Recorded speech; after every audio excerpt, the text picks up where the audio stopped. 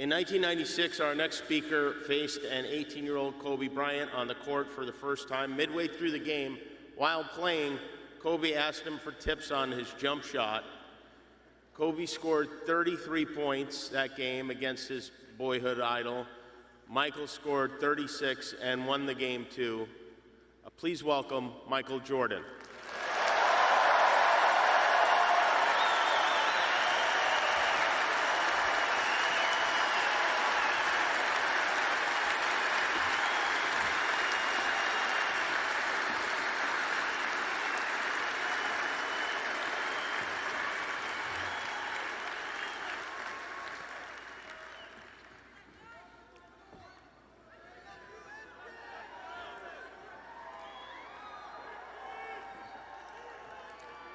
I would say good morning, but it's afternoon. I'm grateful to Vanessa and the Bryant family for the opportunity to speak today. I'm grateful to be here to honor Gigi and celebrate the gift that Kobe gave us all. What he accomplished as a basketball player, as a businessman, and a storyteller, and as a father. In the game of basketball, in life, as a parent, Kobe left nothing in the tank. He left it all on the floor.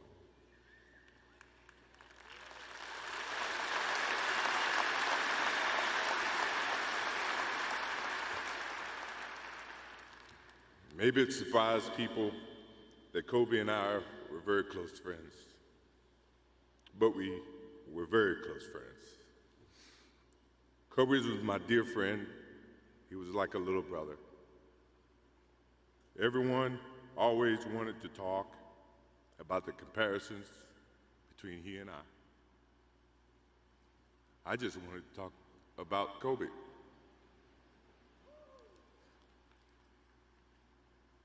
You know, all of us have brothers and sisters, little sisters who, for whatever reason, always tend to get in your stuff, your closet, your shoes, everything. It was a nuisance, if I can say that word. But that nuisance turned into love over a period of time, just because the admiration that they had for you as big brothers or big sisters. The questions, the wanting to know every little detail about life that they were about to embark on. He used to call me, text me, 11:30, 2:30, 3 o'clock in the morning, talking about post-up moves, footwork, and sometimes the triangle. At first, it was an aggravation.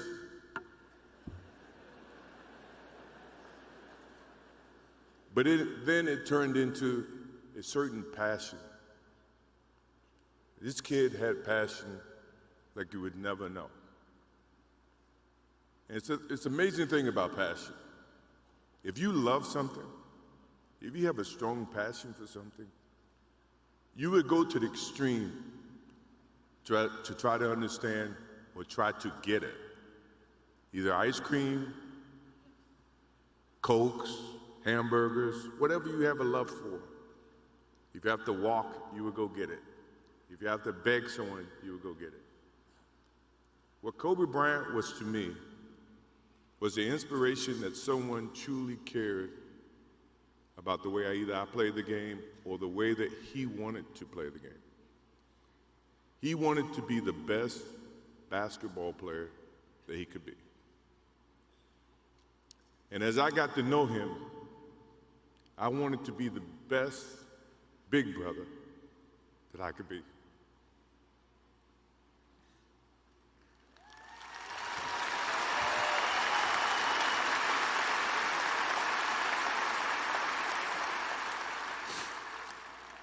To do that,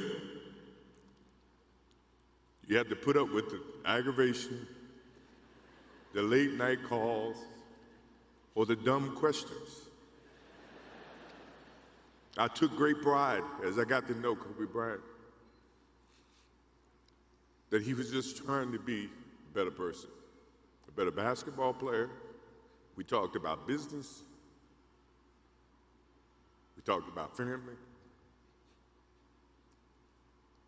We talked about everything.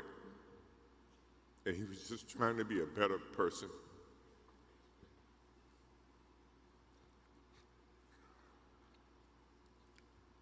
Now he's got me. I'll have to look at another crime meme for the next.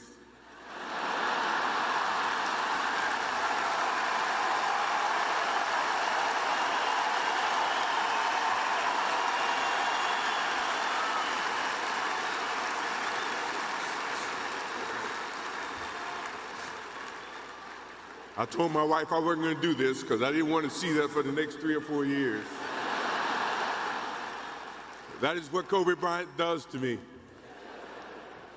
I'm pretty sure Vanessa and his friends all can say the same thing. He knows how to get to you in a way that affects you personally, even though if he's being a pain in the ass. But you ever have a sense of love for him in the way that he can bring out the best in you. And he did that for me. I remember maybe a couple of months ago, he sends me a text. And he's saying, I'm trying to teach my daughter some moves. And I don't know what I was thinking or what I was working on. But what were you thinking about when you were as you were growing up, trying to work on your moves? I said, what age? He says, 12. I said, 12, I was trying to play baseball. He sends me a text back saying, laughing my ass off. And this was at 2 o'clock in the morning. But the thing about him was we could talk about anything that related to basketball, but we can talk about anything that related to life. And we, as we grow up in life, rarely have friends that we can have conversations like that. Well, it's even rare when you can grow up against adversaries and have conversations like that. I went and saw Phil Jackson in 1999 or maybe 2000. I don't know when Phil was here in LA. And I walk in and Kobe's sitting there. And the first thing, I'm in a suit. First thing Kobe said, did you bring your shoes?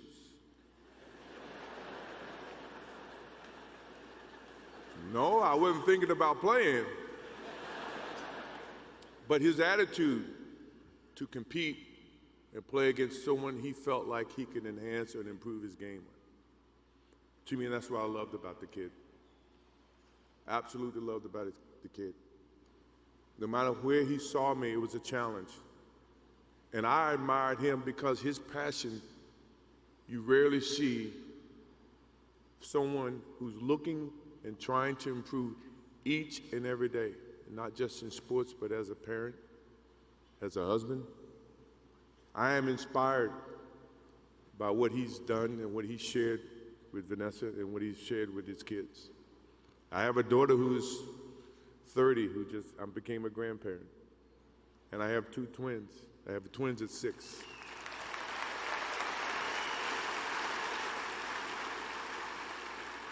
I can't wait to get home to become a girl dad and to hug them and to see the love and the smiles that they bring to us as parents. He taught me that just by looking at this tonight, looking at how he responded and reacted with the people that he actually loved. These are the things that we will continue to learn from Kobe Bryant. To Vanessa, Natalia, Bianca, Capri, my wife and I will keep you close in our hearts and our prayers. We will always be here for you, always. I also want to offer our condolences and support to all the families affected by this enormous tragedy. Kobe gave every last ounce of himself to whatever he was doing.